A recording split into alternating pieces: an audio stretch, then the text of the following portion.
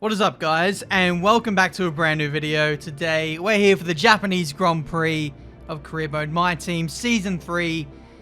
Check out the last episode if you haven't seen it already. It was an absolute belter of an episode, but now I'm gonna spoil it. We won again. Once again, that's 4 wins in a row. Overall for the season, I think we're on like 8 wins, maybe more.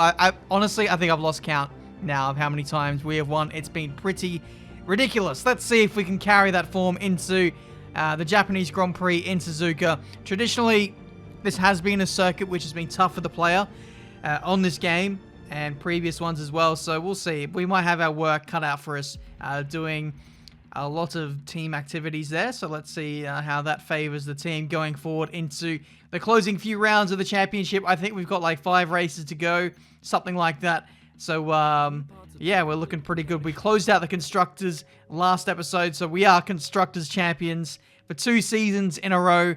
And now we can start to think about what we're going to do next season. Can we, or are we going to go for a new driver? We have the budget already to afford the likes of a Lewis Hamilton. We have 21 mil already, and yeah, I guess it's just down to us if we want to do that. But let me know down in the comments who I should sign for next season.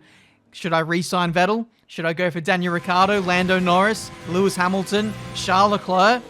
Or should I pick up someone I've already had in the team, a George Russell or a Mick Schumacher? Who the hell knows? Callum Ilott is another one who is doing really well in F2. But we'll save the driver transfer news for later on in the season when it is more relevant. Anyway, Friday practice. Made a bit of a fluff up on my track acclimatization lap. Spun at the hairpin and somehow still managed to press on and get a green gate sector thing. And then at the end of the lap, we actually managed to get a perfect score despite spinning out and doing like a 2-minute lap time.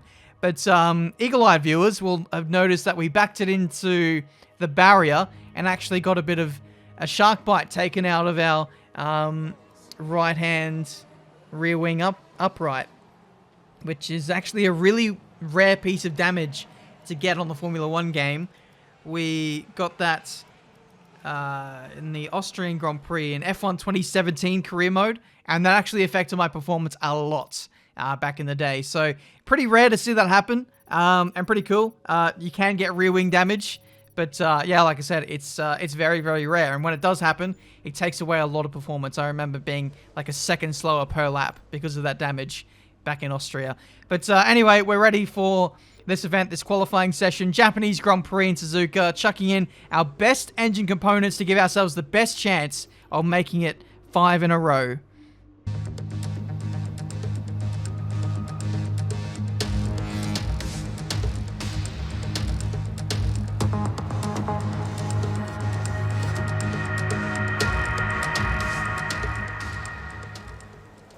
So here we are then for qualifying for the Japanese Grand Prix. I'm actually so confident in the setup that I ran in the last episode, the Russian episode, that I'm actually going to run it here. It was a time trial setup. I literally 111 everything in the suspension settings, and it felt really nice. I've just made adjustments to the downforce levels. I think I was running 2.7 last time out. Now I'm running 3.8.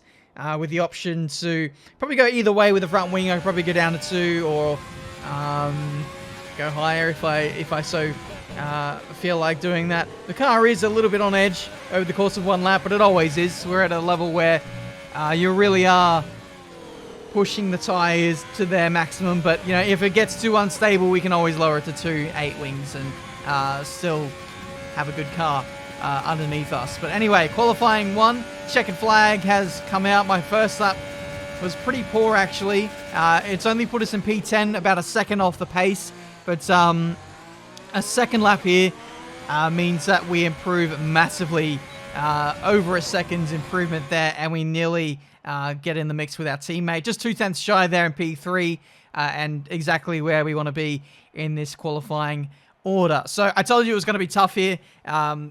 Pace relative to the AI is always going to be a little bit weaker here, so happy to start off on the right foot. We are at least within striking distance of beating our teammate, and I feel like the longer we go into a weekend, the stronger we get, the grip level rises, etc.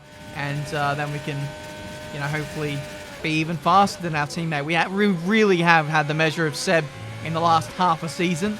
So let's see if we can turn this, I guess, lack of momentum we've got at the moment into something positive come the end of the weekend. And we're taking a bit of a gamble here with a medium compound run here in qualifying 2. I'm just going to come out and say this now, that I actually got the timing wrong for going out for this run. I think I went out with about 6 minutes to go, and I thought that I could still complete this lap and then come back into the pit lane and chuck on a set of softs if I'm slow, and then just go out again. But I got the timing completely wrong, because no matter what, I can't really get out there and do another lap. So I haven't realized it yet in game, but I'm committed to this lap now. So this better be a good one. And it feels like a pretty good one. Only a minor mistake at the exit of the hairpin. A little bit of oversteer there, but otherwise it's been a really good lap. We're 10th and a half down on, not sure, it's pole position or either P10. Regardless, it's a pretty solid lap so far. Out of the final chicane, up to the line. Rich, not even rich, max fuel mixture and hot lap. And it is a 1 minute 23.7, but it's only P12 in this qualifying session, and the realization kicks in now. We've got 3 minutes left. I haven't got enough fuel to do another lap. I have stuffed it, essentially. But looking at the timing, I'm only 5/10 away. I'm only 5/10 slower than pole position or provisional pole position of Daniel Ricciardo, yet I am knocked out in Q2. That is how close this field is. It's absolutely outrageous. My teammates and the 2 Mercedes have qualified on the medium compounded tyre, and they managed to get through. It's disappointing, but at least we get a free choice of tyre for the start of the race, and we could still, I think, fight back. Tough luck there. It's not quite where we'd want to be on the grid, but chin up, it's not the end of the world. Welcome along then to the magnificent Suzuka International Circuit, a stone's throw away from Issa Bay in the beautiful Japanese countryside. What surprises lie in wait for us today in the Japanese Grand Prix? Anthony Davidson is alongside me as usual for the race today. Let's talk about day. No grid penalties, no mitigating circumstances, just a poor qualifying performance and a very disappointing start position for them today. They'll have a sinking feeling as they look up from the cockpit and realise they're in a different postcode to the start line for sure. But the one positive they can hold on to is that the car is quick and they can make their way through the field. It's time to see how our drivers are stacking up after yesterday's exciting qualifying session. Good job yesterday from Valtteri Bottas. The Finn starts from pole position and Max Verstappen lines up alongside. Moving on to the rest of the grid, we have Hamilton, Ricciardo, Esteban Ocon and Albon, Norris, Leclerc, Russell and Carlos Sainz, Vettel, Day, Sergio Perez and Stroll, Kvyat, Magnussen, Pierre Gasly and Antonio Giovinazzi, Schumacher, De Vries, Matsushita and Nicholas Latifi. Which of these talented drivers will come out on top today? Oh my goodness. It is deja vu from the last Grand Prix. I qualify in P12, Vettel gets pole, but with a 10 place grid penalty means we start right next to each other on the 6th row of the grid once again. And just remember how Russia turned out for us. We are not out of this race by any means. So, teammate down in P11, he's also starting on the medium compounded tyre. So, collectively as a team, we've got to fight our way through the field. And this now becomes a very interesting prospect. I don't think we're going to be dropping points in the championship today with Vettel's starting position. But you never know. Let's not get complacent. 5 red lights and we are underway for the Japanese Grand Prix. What a legendary place to go racing once again as we get absolutely rammed by the Racing Point of Lance Stroll. He just drove into me before I could even get going in this race. So there we go. Hand of frustration went up. There's me and Vettel fighting side by side. In turns 2 and 3, I nearly collected the side pod of him. And that hesitation has allowed Perez to have a little go at me into the middle sector. Not the middle sector, the end of the first sector. And in the end, we hold position in this Japanese Grand Prix. take a moment to just calm down now. There's a bit of a gaggle forming up the road. It's being held by Albon, I want to say. We go around the outside of our teammate Sebastian Vettel down into the hairpin. We might be able to get him and our former teammate George Russell for good measure as well. Squeeze him out a little bit. And there we go. We are now in the points in this Japanese Grand Prix. Didn't take too long, but here comes Russell with pretty good straight line speed, actually. I'm running 3.8 wings, rich and overtake, yet that Ferrari was coming back at me with its engine power. I still don't know. I still don't know if Ferrari got nerfed in game. I know they got nerfed for new career mode saves, but I thought it affected current or existing saves as well. If you guys know, let me know. But my understanding was that all the Ferrari powered teams except myself got a bit of a nerfing with the latest patch. And we've also got the latest driver update as well. So Albon is slower, Vettel is slower, etc. So yeah, as if Vettel didn't need any more bad luck in this championship campaign. We'll have to wait and see how it goes for the rest of the season now. I think we're leading by, I don't know, 40-something points. It's ridiculous. The season we are having. One of the most dominant I think I've ever had in career modes gone by. 8 wins. Mad. And the season is not over, not by a long shot. You can see we're looking back from Charles Leclerc, Lando Norris. I'm right behind Lando. And you can see, Sainz, not Lando. There we go, up the inside into the Casio triangle. Thank you very much. That's now P9. For some reason, I thought it was Lando. It was Carlos. Apologies, Carlos. He can be a bit invisible in races. But I bet he probably wishes he was invisible after that embarrassing move for him. We completely pulled his pants down. And there we go, up the inside. Very, very late, audacious move. But it was intentional. The confidence is very high. I feel like I've got these career mode guys or the competitors wrapped around my finger at this stage. So I just went for it and it worked. Thank you very much. P9. Think you can get past, make use of the overtake button, and see what you can do. I'm not sure if you heard Jeff there, but he said we can use the overtake button. It is there if we want it. But yeah, we'll see, Jeff. Thank you for stating the bloomin' obvious. Heading into the same corner, very next lap. Could have had a go at Leclerc, but I thought better of it. I thought, because the last lap was a bit sketchy, it was right on the limit as to, whether I was going to get the position or whether I was going to get damage. I kind of played on my mind and I decided to back out of it on this occasion. I thought I'd have a little go, but then at the last minute I thought I'd just jam on the brakes a little bit harder and avoid a potentially sticky issue there. End of lap 6. Oh my goodness, and we were using all of the overtake in an effort to get close to Charlie Leclerc, and this time we get the job done without knocking over a couple of bollards in the process. Thank you very much, P8. Because we've knocked over the bollards, we can actually corner cut a little bit more at that last chicane. That's always a funny story. Back in my league racing days, you'd always have to knock over the bollards so that, like in qualifying, for example, so that when it came around for your hot lap, the bollards wouldn't be there and you could cut a little bit more. Just reminded me of that. Anyway, we go around the outside of Lando Norris and Max Verstappen. I think Max has got a problem here because he was going very slow. He was on the back of the next train of cars, Albon and Ocon, and all of a sudden he's found himself lodged in with this group, and you can see Verstappen is the one without DRS, and he just gets absolutely monstered by myself. Both the McLarens, and might even fall into the clutches of my teammate Sebastian Vettel, who is ranging up onto this battle. He is slowly starting to make his way through the field. He's now on the back of one of the Ferraris. You can see, this is me checking the replay cameras, looking at the rear wing. Just checking if that damage from Friday practice was lingering around. Because, funny story, after I got the damage in Friday practice, I went back to the oh my goodness, hold that thought for a second, as Lando Norris has a burst of speed, which he utilizes in the middle sector. Nothing does of that, and we hold on to P6 for the time being. So yeah, I damaged the rear wing in Friday practice, returned to the garage, went back out again for another Friday practice program, and the damage was still there. So I thought, I was worried I was going to have to carry that damage all weekend and the pit crew wouldn't spot it and fix it.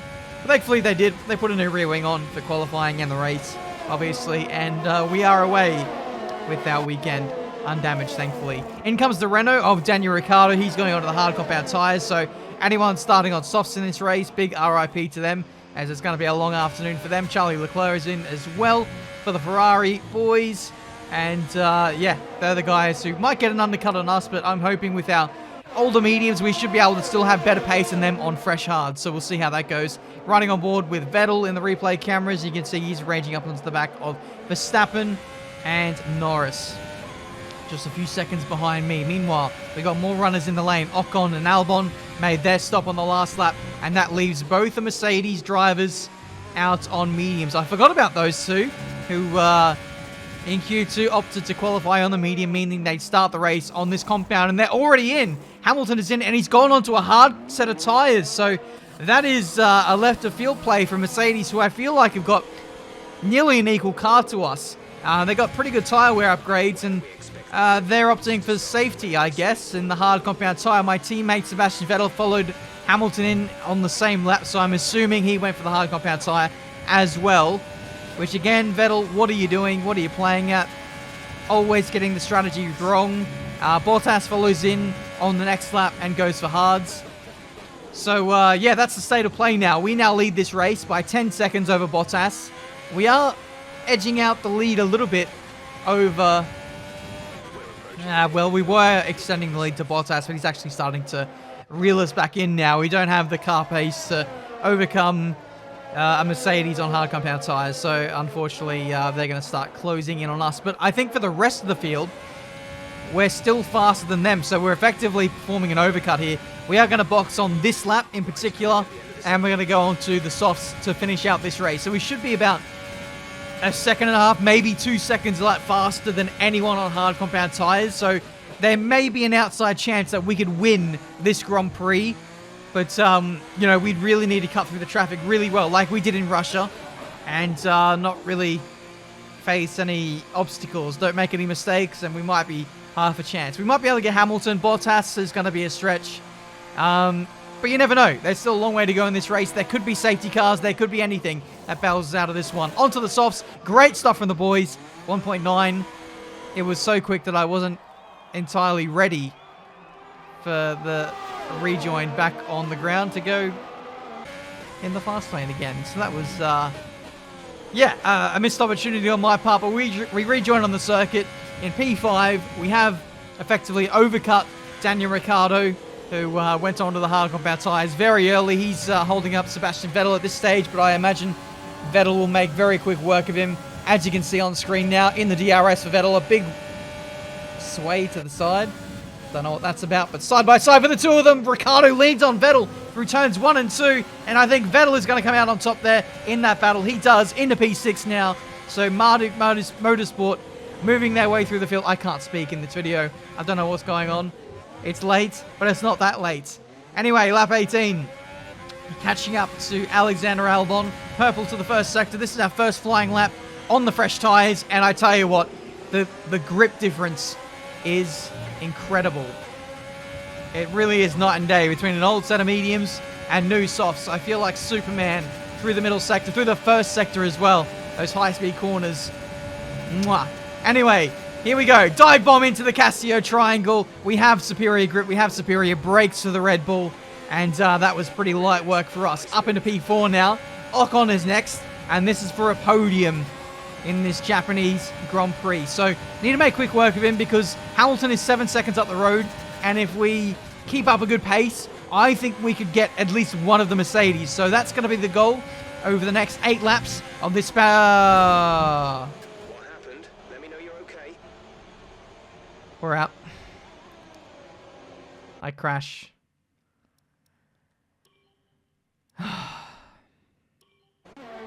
That's the first crash of this entire career mode series. That's the first terminal crash we've had. We haven't put any of our cars in the barrier, which has required a wheel loss, which has resulted in a loss of a wheel. That's the first time that's ever happened. There are a lot of comments lately that have been saying this. We haven't had a crash yet. Well, there we go. We're out of the Japanese Grand Prix. It was just a very quick loss of the back end. I touched the curb here on the left-hand side, and as soon as I touched it, I was gone. I had no time to save this. So we run over the curb. It's getting ready to flick the car right, but then the car wasn't going right anymore. It was going left, right into the barrier. And I feel like I've been quite unfortunate because there's a lot of places around the circuit where there is gravel traps, but the gravel trap was very limited there. Absolutely no space to save the car. So Anthony, what made the difference out there today? I think that smart tyre management on track and very smooth driving definitely assisted in their victory today. That combination meant they got the absolute maximum out of their tyres at all times. And I can see the drivers starting to approach the podium for the victory celebrations. A real team victory today. Everybody played their part. Congratulations then to Mercedes, your race winners today. So that's the race then. Early showers for us. It's not the... It's just really deflating, actually. It's not the way I would have wanted to have the winning streak come to an end. But, yeah, there was we were riding a massive high. 4 wins in a row.